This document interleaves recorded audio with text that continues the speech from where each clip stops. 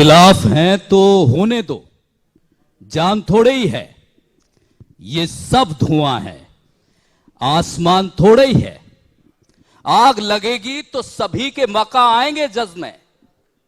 मोहल्ले में अकेले मेरा मकान थोड़े ही है, और सभी का खून शामिल है इस देश की मिट्टी में।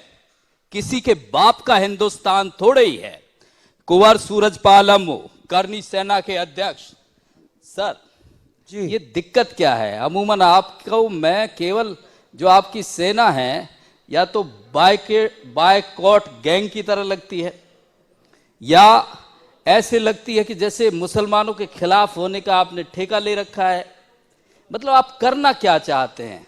ये सभी धर्मों का देश है, आपको दिक्कत क्या है? हिंदुस्तान किसी के बाप का नहीं, वो बोला क्या था डायलॉग वो आपका? किसी के बाप का हिंदुस्तान नहीं। हमारी भाषा में सुन लीजिएगा, हिंदुस्तान हमारे बाप का था, हमारे बाप का है और हमारे बाप का ही रहेगा। इनको हमने पाकिस्तान दे दिया, देश का बंटवारा हो गया, धर्म के आधार पर बंटवारा हुआ। किनको दे दिया? वो जो आप जिनके समर्थक हैं आप। मैं किसका समर्थक? जिनके लिए बड़े बड़े डायलॉग बोल रहे थे। मैं हिंदुस्तानियों की बात कर रहा हूं। तो मैं कोई पाकिस्तानी हूं क्या? मैं हिंदुस्तानियों की बात कर रहा हूं। पाकिस्तानियों को पाकिस्तान दे दिया। नहीं, आपको दिक्कत होती है हिंदुस्तान में रहने वाले लोगों से, मुसलमानों से? क्या दिक्कत है आप? अगर हिंदुस्तान के हिंदुस्तानी जो मुसलमान हैं वो हिंदुस्तान की जय बोलते तो हमें तो अच्छा लगेगा, हम तो सम्मान करते हैं उनका। नहीं, आपके कहने से जय बोले? क्यों नहीं बोलेंगे? मैं हिंदुस्तान का टैक्स पेयर हूं, मैं हिंदुस्तानी हूं, और मेरे देश में अगर रहना है तो वंदे मातरम तो कहीं ना कहीं कहना पड़ेगा। अब तो राहुल गांधी जी बोल रहे हैं वंदे मातरम। ये जबरदस्ती है? हाँ, नहीं जबरदस्ती नहीं है, सलाह है। नहीं, सलाह नहीं मानेंगे तो क्या करेंगे आप? नहीं, हम क्या करेंगे साहब? अब तो देखो, इस हिंदुस्तान में फिर से प्रधानमंत्री मोदी जी 2024 में आने वाले हैं, और जितनी भी छोटे मोटे कबाड़े थे, गंदगी थी, वो सारी 2024 के बाद और साफ हो जाएगी, आप चिंता ना करें। मोदी जी की बात कहाँ मानते हैं आप? वो तो सभी धर्मों को साथ लेने की बात करते हैं। नहीं, धर्मों को तो हम भी साथ लेके चलते हैं बाबा। आप उन लोगों को साथ लेके चलने की बात करेंगे जो मेरे देश के अंदर आतंक का माहौल पैदा करते हैं, जो मेरे देश के अंदर लव जिहाद फैलाते हैं, जो मेरे देश के अंदर सड़कों पर बैठ के नमाज पढ़ते हैं। आप सर्टिफिकेट देते हैं उनको? बिल्कुल देंगे। कैसे देंगे? हमारे पास है ना सर्टिफिकेट। आपको चाहिए तो बताओ, जनता ताली बजाकर इनका सर्टिफिकेट दे देंगे। लो सर्टिफिकेट। ये हिंदू मुसलमान की राजनीति जरूरी है? हिंदू मुसलमान की राजनीति नहीं करते, हम सभी धर्मों का सम्मान करते हैं।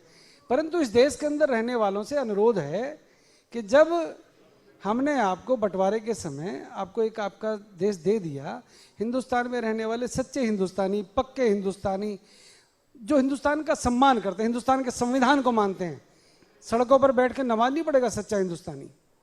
वो हिंदुस्तान के कानून को मानेगा, वो ट्रैफिक जाम नहीं करेगा, वो जो सीए का कानून है उसका सम्मान करेगा, वो ट्रिपल तलाक के कानून का सम्मान करेगा ना। वो लव जिहाद के नाम पर लड़कियों की हत्या नहीं करेगा, वो झारखंड की बेटी को उसके सोते हुए कमरे में उसके ऊपर मिट्टी का तेल छिड़क कर आग नहीं लगाएगा, वो निकिता तोमर को सरेआम गोली नहीं मारेगा। ये जो कुछ भी करेंगे हम सुनेंगे, बर्दाश्त करेंगे। कितने नाम गिनाए आपने? और गिनाऊं क्या?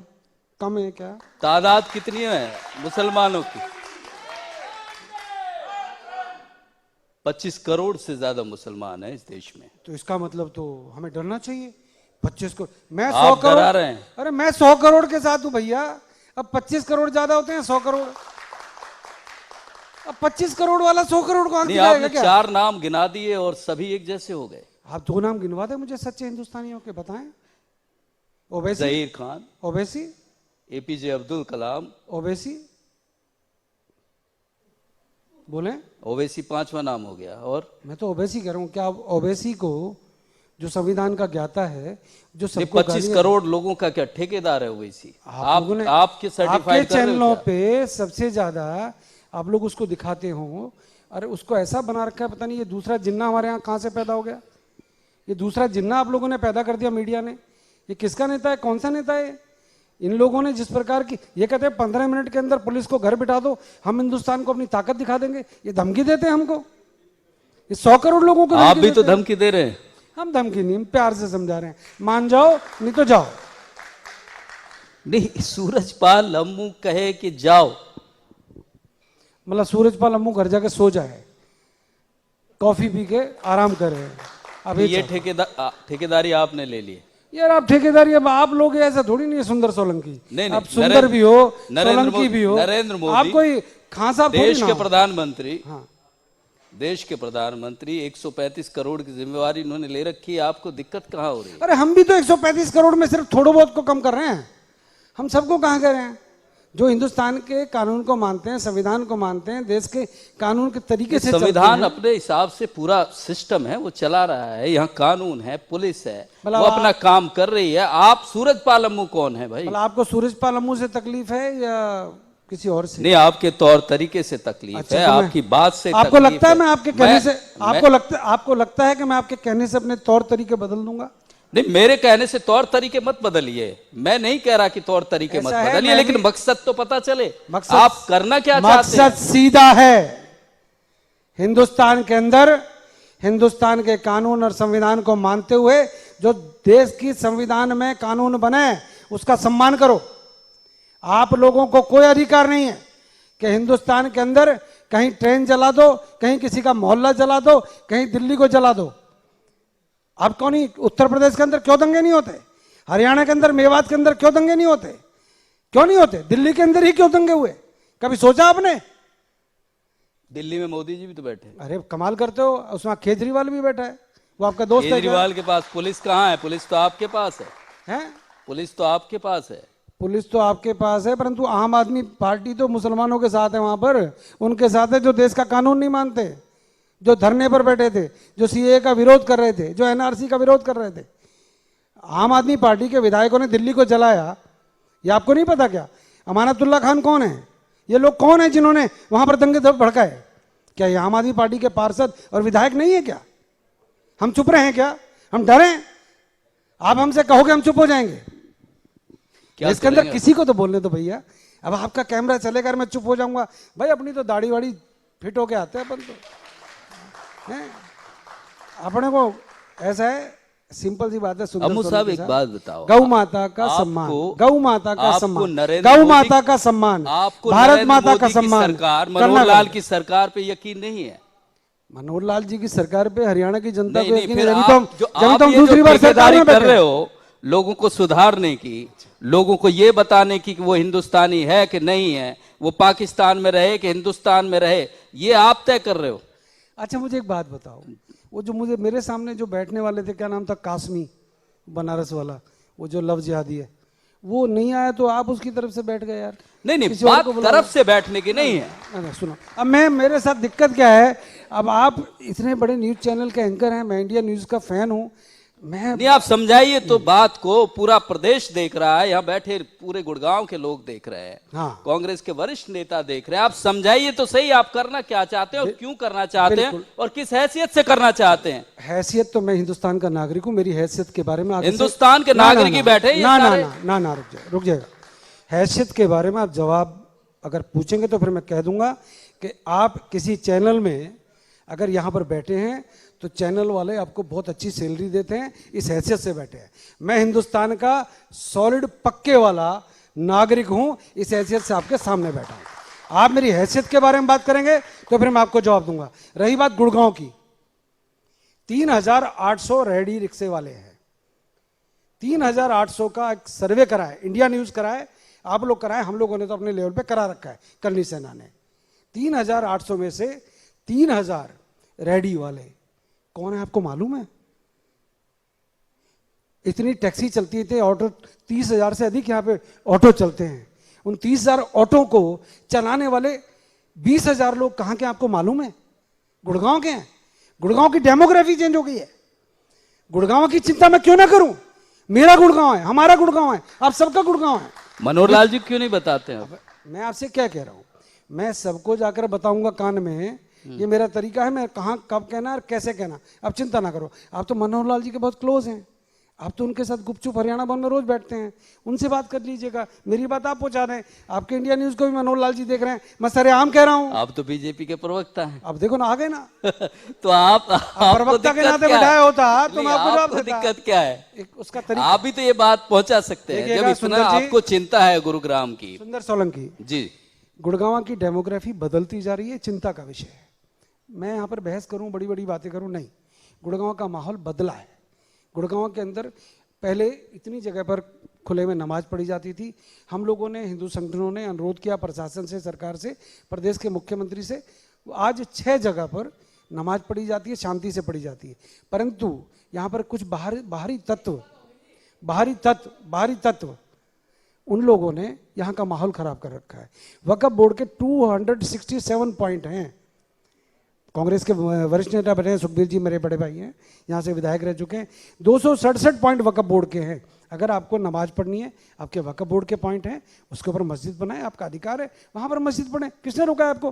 कब्रिस्तान सेक्टर 34 में और दूसरा सेक्टर का नाम 72 सेक्टर में कब्रिस्तान बनाकर मनोहर लाल जी की सरकार ने दिया। वहां पर सुनिएगा, कब्रिस्तान आपको दे दिया। मेरा हिंदुओं का शमशान घाट है, मैं वहां जाता हूं, क्रिमेशन करता हूं, आ जाता हूं। परंतु आप कहीं पर भी किसी को गड्ढा खोदोगे, गाड़ दोगे, क्या वो कब्रिस्तान बन जाएगा क्या? मुझे 8 राज्यों में हिंदू अल्पसंख्यक है, आप क्या कर रहे हैं वहां? अच्छा, तो हिंदू अल्पसंख्यक है तो फिर क्या करना चाहिए हमको? आपको यहाँ की बड़ी चिंता है। अरे गुड़गांव भी अल्पसंख्यकों को हो जाएगा, आप समझ नहीं रहे हैं बात को। मैं इसीलिए, मेरा दर्द है, मेरा दर्द को समझे। मेरे प्रदेश के अंदर जो गुड़गांव है, ये हिंदुस्तान की बिजनेस कैपिटल है। इसमें शांति कायम रहे, इसमें शांति से लोग रहें। यहाँ पर बाहरी तत्व जो आते हैं उनकी जांच हो, यहाँ पर आलतू फालतू एरा गैरा ऐसे ही ना घुस जाए। यहाँ पर फिर हमको बाला साहब ठाकरे की जगह ना कहना पड़े क्या पड़ा, अपना बोरी बिस्तर बांधो और निकलो यहाँ से, ऐसा भी समय आएगा। समझ में नहीं आती अम्मू साहब, 8 साल से आप ही की सरकार है, इतनी बड़ी बड़ी दिक्कतें हैं, और फिर भी आपको इस तरह से सामने आना पड़ रहा है, अपनी सेना को लेकर आने पड़ रहा है। या तो सरकार काम नहीं कर रही है, या सरकार इस चीज को गंभीरता से नहीं ले रही है। सामाजिक मुद्दों को उठाना मेरा दायित्व है, मैं उठाऊंगा। यहाँ पर विषय सरकार का नहीं है, यहाँ पर विषय है कि जनता के, नागरिकों के हक की बात को मैं कैसे रखूं, ये मेरा अधिकार है। मैं एक साधारण नागरिक के नाते भी मैं सभी पार्टियों के लोगों से कहूंगा, ये मेरे गुड़गांव हरियाणा फुटबॉल संघ की जिम्मेवारी भी है ना आप पे सर। अब कहाँ पहुंच गए फुटबॉल में? नहीं, मैं इसलिए कह रहा हूं कि वहां भी जिम्मेवारी निभा दो थोड़ी सी।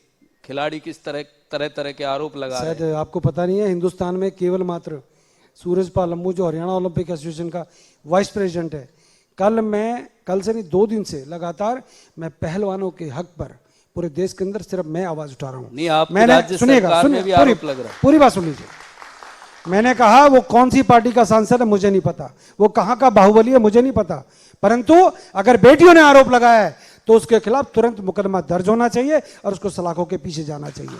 हरियाणा की बेटियां मेडल लाती है, हरियाणा की बेटियां विश्व के अंदर हिंदुस्तान का नाम रोशन करती हैं। अगर जब पद्मावत की आंखें आपने छीन ली थी, पद्मावत से आई हटा ली, उनकी आंख ले ली, पद्मावत करवा दिया आपने, तो अब क्यों नहीं आप सड़कों पे आ जाते हैं? तो आप केवल फिल्मों के नाम बदलने या उनके विरोध करने के लिए क्या करनी सेना? बोलो।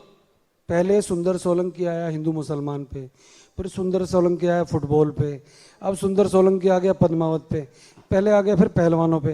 अरे कहीं तो रुको यार, कहीं तो रुको, मैं बोलूंगा कुछ। अम्मू कहाँ रुक रहे हैं? नहीं, मैं कुछ और कहीं एक पॉइंट पे रुको, बहस करूंगा।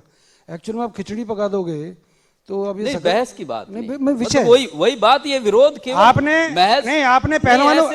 आपने पहलवानों वाली बात मेरी पूरी सुनो ना। हिंदुस्तान की बेटियों ने किसी के ऊपर शोषण का आरोप लगाया। सूरजपाल अम्मू ने कहा, जिसको आप भाजपा का प्रवक्ता बोल रहे हैं, उसने कहा, जिसे आप करनी सेना का अध्यक्ष बोल रहे हैं, उसने कहा, हरियाणा ओलंपिक संघ के उपाध्यक्ष ने कहा कि जिसने बेटियों का शोषण किया उसको जेल के अंदर जाना चाहिए। किसी और ने कहा है तो मुझे बता दो। अगर हम बोलते हैं तो हम मुद्दों के आधार पर बोलते हैं। इस्तीफा होना चाहिए, मुकदमा दर्ज होना चाहिए, अंदर होना चाहिए। बहन जी क्या मतलब है? मैं भी कह रहा हूं दीपेंद्र के आदमी है, चिंता ना करो। दीपेंद्र हरियाणा, अब एक एक करके बोलोगे सारे कांग्रेसी चिपट जाओगे तो दिक्कत हो जाएगी। दीपेंद्र हुड्डा, माननीय दीपेंद्र हुड्डा, जो मेरे बहुत बड़े भाई हैं, मित्र हैं, वो हरियाणा कुश्ती संघ के अध्यक्ष रहे हैं। उनके, मैं वही, उसके बाद माइक दे दीजिए। हाँ, वही उसके बाद दीपेंद्र हुड्डा के बाद ये सारा मामला सारा चल रहा था। यही जो बाहुबली जो महापुरुष हैं कुश्ती महासंघ के, ये उसके अध्यक्ष थे, उनके साथ ये सारा कार्यक्रम चल रहा था।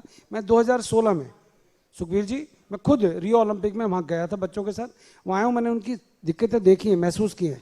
आज जब हरियाणा सरकार करोड़ों रुपए का इनाम खिलाड़ियों को दे रही है और उन्हीं हरियाणा की बेटियों को कोई तंग करेगा और हरियाणा का व्यक्ति चुप रहेगा, तो मैं उस दिन राजनीति करना छोड़ दूंगा जिस दिन चुप होगा। संदीप सिंह जी के बारे में कुछ कहेंगे? बिल्कुल। क्या? उनके खिलाफ तुरंत एफआईआर हुई, उनका डिपार्टमेंट उनसे लिया गया और उनके खिलाफ जांच चल रही है। चंडीगढ़ पुलिस उसकी जांच कर रही है, जांच चल रही है। अगर दोषी होंगे तो निश्चित तौर पर अंदर जाएंगे। चलिए, बहुत शुक्रिया आपका। कुंवर सूरजपाल अम्बू सभी मुद्दों पर बड़ी बेबाकी से बात की। अम्बू साहब को जाना भी है, और जिस तरह से बात अम्बू साहब कह रहे हैं कि उन्हें खतरा है कि मुसलमान बढ़ता चला गया, देश खतरे में आ जाएगा, और राजनीति, मैंने खतरे में नहीं कहा, खतरे में वो आ जाएंगे जो देश के अंदर आतंक फैलाते हैं, अगर हिंदू जाग गया। हिंदू भी मजे में है, मुसलमान भी मजे में है, इंसान परेशान यहां भी है और वहां भी। बहुत शुक्रिया आपका।